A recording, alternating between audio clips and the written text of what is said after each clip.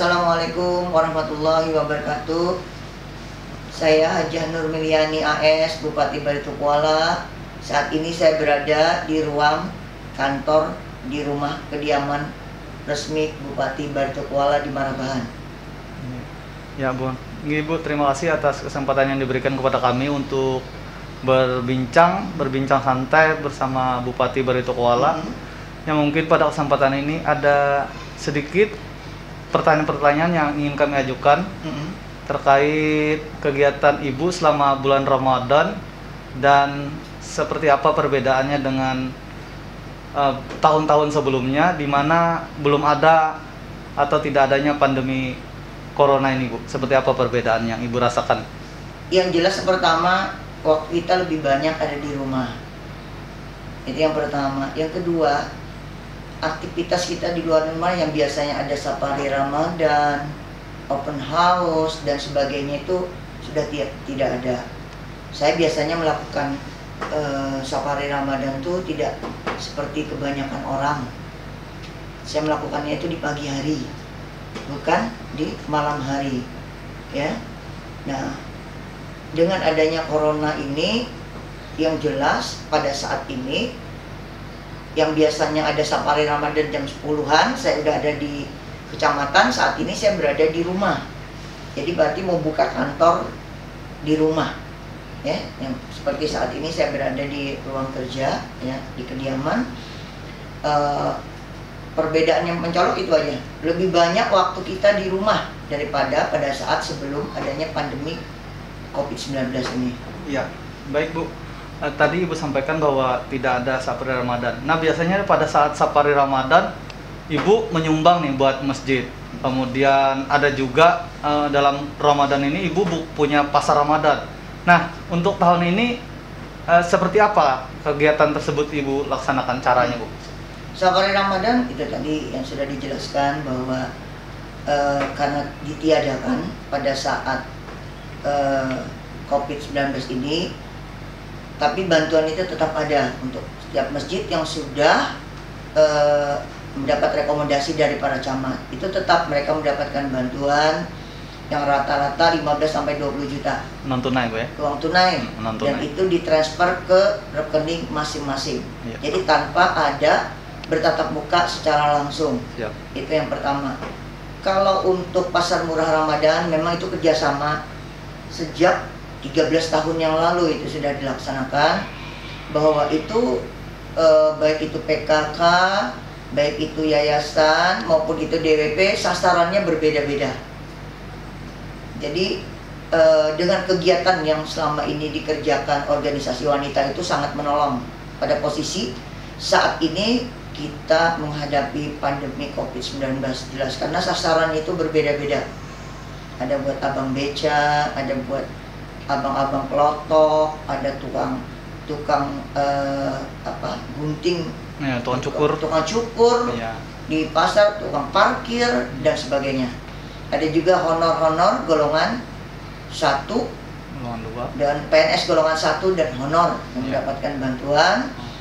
Kalau yayasan itu untuk ibu-ibu pengajian atau majelis taklim. Jadi itu sudah sangat membantu. Ya, kalau di total bantuan itu sekitar 4.000 lebih, hampir 5.000, ya. Kalau di total dari yayasan, dari DWP dan dari PKK itu hampir 5.000-an. Nah, itu sangat menolong ya, posisi ini. Dan bantuan itu berupa sembako untuk mereka. Cara teknis penyampaiannya pun sangat berbeda. Pada awal, pada waktu-waktu yang lalu mereka datang. Kalau sekarang ada koordinator mereka yang datang di setiap kecamatan atau desa, mengambil dan nanti dibagi dengan cara ketua koordinatornya menyampaikan ke rumah itu door to door. Jadi tanpa ada masyarakat berkerumun untuk mengambil bantuan tersebut. Jadi protokolnya COVID dijalankan lah, ya. Iya, betul. Ya, kami juga melihat, Bu, sepertinya waktu pengambilan oleh koordinatornya sendiri pun Ibu sudah memberlakukan physical distancing. Nah, kemudian yang selanjutnya yang ingin kami tanyakan, Bu, dengan anak Nda mungkin akbar seperti apa, karena sedang melaksanakan school from home. Nah, sama Bapak juga, seperti apa Bu nuansa Ramadan kali ini bisa berkumpul yang biasanya mungkin Yang dengan jelas, kesibukan masing-masing? kita syukuri ya, karena kalau kami berdua bapak ini kan orang politis ya, orang yang bekerja di pemerintahan rata-rata, jadi waktu untuk berkumpul keluarga tuh pada saat sebelum pandemi itu kan dilakukan hanya terkumpul pada saat sholat maghrib berjamaah.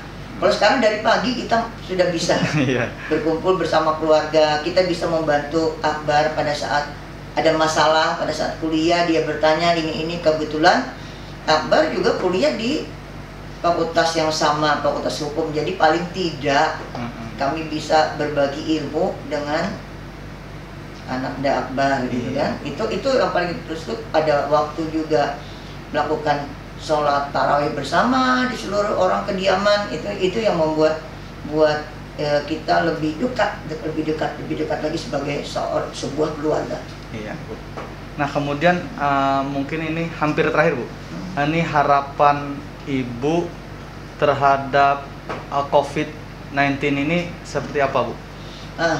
Makanya dari sejak awal orang banyak bertanya baik lewat chat dengan Ibu bahwa kenapa Bu kok punya kita ini trennya cenderung naik gitu kan? Iya.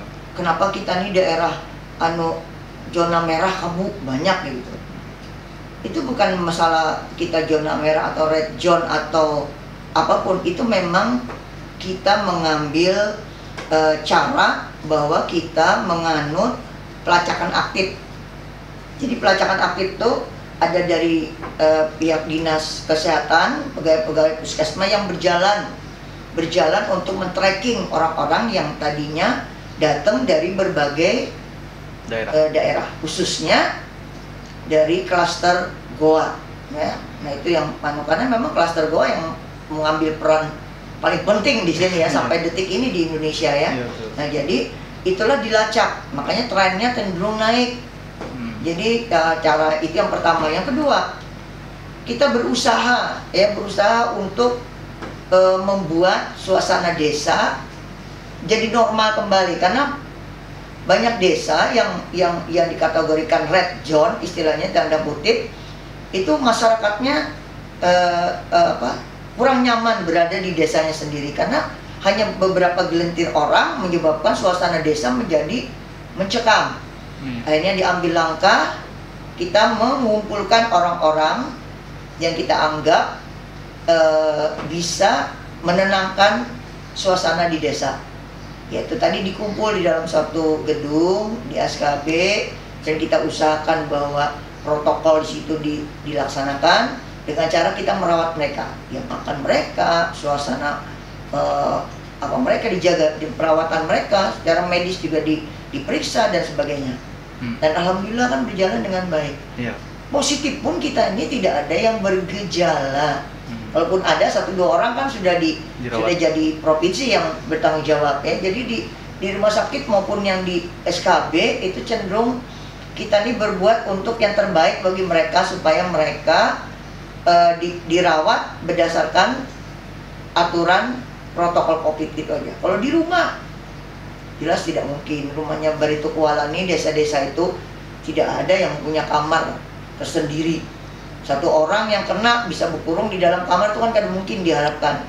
Pasti semua orang. Itulah makanya diambil kebijakan itu bahwa kita mengamankan mereka di dalam satu gedung, mencoba merawat mereka dengan baik, mencoba memberi pemahaman kepada mereka dengan baik bahwa ini untuk mereka, bukan untuk siapa-siapa. Itu aja. Iya Bu. Dalam COVID ini kan ada yang sakit dan ada yang terdampak Bu. Seperti Ibu sampaikan tadi, ada dalam Ramadan ini ada pasar Ramadan dirubah menjadi seperti apa. Nah, kami dengar juga bahwa Ibu juga mempunyai program bantuan yang 20.000 Bu. Mungkin itu bisa seperti apa, per berapa bulan atau jumlahnya seperti apa Bu? Kemarin ini pada saat rapat dengan jajaran bidang ekonomi, bahwa yang pertama yang harus kita lakukan bahwa menyiapkan JPS. Jadi pada saat itu kita masih belum dipotong anggarannya sebanyak 55%. Kita menyiapkan itu dengan dana yang ada di Silva kita, ya. Jadi dengan pemikiran bahwa jumlah masyarakat miskin di Barito Kuala ini ada 17.000 yang tidak termasuk data PKH maupun data BPNT, ya. Itu ada 17.000. Kami anggap bahwa yang terdampak sebatola itu sekitar 3.000. Maka disiapkanlah bantuan 20.000 paket lewat dana APBD Silva tadi. Akhirnya pada saat sebelum puasa bulan Ramadan datang, itu sudah kita distribusikan di 17 kecamatan. Itulah yang membuat masyarakat kita ini relatif tenang. Iya. Karena mereka pikir mereka ada persiapan untuk menghadapi puasa. Ditambah nanti setelah ini akan ada bantuan dari PKK, dari organisasi wanita, organisasi sosial semua, dan juga dari dana desa, ya, dengan bantuan sosial kementerian.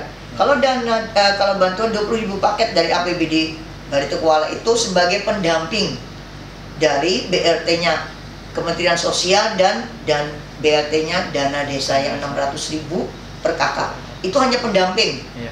Pendamping supaya masyarakat ini sebelum itu turun cair, ada persiapan untuk mereka menghadapi puasa. Itu akan didapat mereka 3 bulan. Jadi bulan April, Mei sampai Juni nanti. Iya. Kalau bantuan yang lain kan dari bulan Mei, Juni, Juli, kita sampai Juni. Dan nanti Julinya kita lihatlah perkembangan seperti apa, apakah kita akan teruskan 1 bulan atau seperti apa. Itu dulu, ya. Oke Bu, ini sebenarnya sudah selesai. Mungkin ada pesan Ibu untuk masyarakat seperti apa harus berperilaku dalam bulan Ramadan, kemudian dalam suasana COVID seperti ini Bu? Untuk seluruh masyarakat Barito Kuala, yang utama, kalau tidak terpaksa jangan keluar rumah. Kan anak-anak juga sudah diliburkan sampai tanggal 29 Mei, bahkan masuknya tanggal 2 Juni 2020 yang akan datang. Otomatis berkumpullah dengan keluarga, nikmati, ya, karena tidak setiap saat kita bisa seperti ini, ya kan? Jadi syukurilah dengan adanya COVID kita justru bisa lebih dekat dengan keluarga kita. Syukuri itu. Kalau tidak perlu jangan keluar rumah. Kalaupun perlu keluar rumah membeli kebutuhan rumah tangga, ya pakai masker. Terus tuh jangan lupa berjarak, baik itu pembeli maupun yang penjual, ya. Usahakan itu kalau ada masker lebih dibawa di kantong. Kalau ada masyarakat yang tidak punya atau penjual atau pembeli yang tidak memakai masker, tolong dihimbau ini ulun bari pian masker, mudah-mudahan pian memakai masker gitu kan.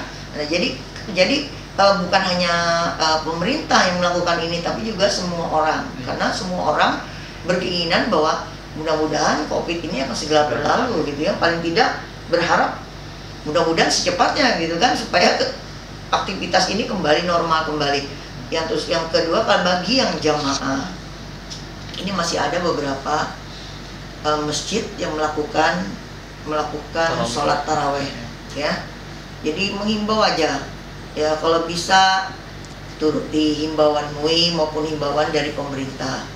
Bukan apa-apa, bahwa ini untuk mereka semua, menjaga mereka semua. Kalaupun itu terjadi, masjidnya harus disinfektan, terus shopnya harus berjarak, ya, dan mereka harus mengenakan datang dan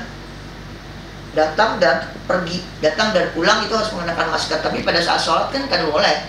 Pada sholat kan kada boleh. Iya. Ini. Jadi hanya itu dicopot, tapi pada saat keluar dan masuk harus mengenakan masker.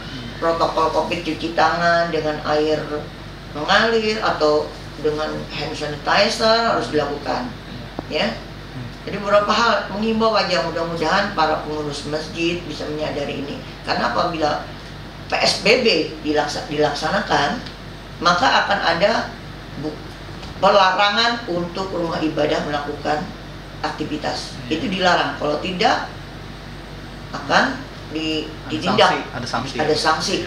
Nah, jadi lebih baik mulai saat ini yang imam, bapak-bapak jadi imam di rumah masing-masing. Iya. Belajar jadi imam di keluarga dulu. Itu hikmahnya, Bu. Itu hikmahnya, makanya yang tadinya surah-surahnya kada hafal, akhirnya bisa hafal. Iya. Karena Supan lawan anak bini Iya. kada hafal surah, Iya. iya kan? Nah, jadi mau kada mau membuka Quran, baca-baca lagi gitu kan, menghafal kembali surah-surah pendek itu. Iya. Itu hikmahnya bahwa akhirnya bapak-bapak jadi imam di keluarga. Iya. Mungkin salah satu tujuan Allah juga itu ya, Iya. barangkali ya. Iya. Sudah begitu orang terbuai dengan keadaan dunia aja, tidak lagi memikirkan keadaan Iya. nanti kayak apa kita pulang ke akhirat gitu kan. Nah, jadi ini baguslah ambil hikmahnya aja. Iya. Jadi yang imam kembali ke rumah masing-masing itu aja. Iya. Nah, itu aja yang Iya. mengimbau aja ini. Terakhir, Ibu, mungkin ada yang ingin disampaikan berkaitan dengan Idul Fitri kepada masyarakat, apa yang ingin disampaikan, Bu? Itu terakhir, Bu. Oke, yang pertama selamat melaksanakan ibadah puasa Ramadan dan ibadah Ramadan lainnya atas nama keluarga, pribadi, dan pemerintah. Dan juga di akhir Ramadan nanti, tepatnya 1 Syawal 1441 Hijriah, kami mengucapkan minal aidin wal faizin, mohon maaf lahir dan batin kepada seluruh masyarakat Barito Kuala.